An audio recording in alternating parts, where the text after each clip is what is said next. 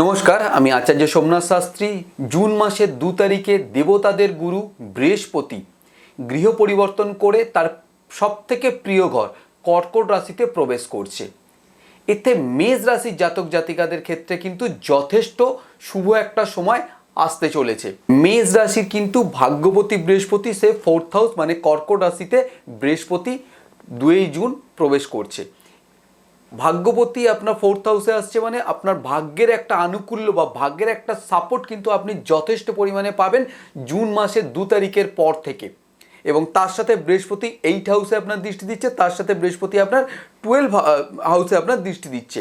সেই জায়গা থেকে কর্মক্ষেত্রে আপনার প্রবল একটা উন্নতি যোগ, আপনার অর্থনৈতিক দিক থেকে আপনার একটা প্রবল উন্নতি যোগ, কর্মসূত্রে আপনার বিদেশ ভ্রমণ, যে সমস্ত মায়েরা বা যে সমস্ত পরিবারের মানুষজন মেষ রাশির তারা ভারী অসুখে ভুগছিলেন, তারা কিন্তু এই অসুখ থেকে মুক্তি পেতে চলেছেন এবং আপনাদের শারীরিক দিক থেকে যথেষ্ট উন্নতির একটা জায়গা গুরু বৃহস্পতি আপনাদের করতে যাচ্ছে।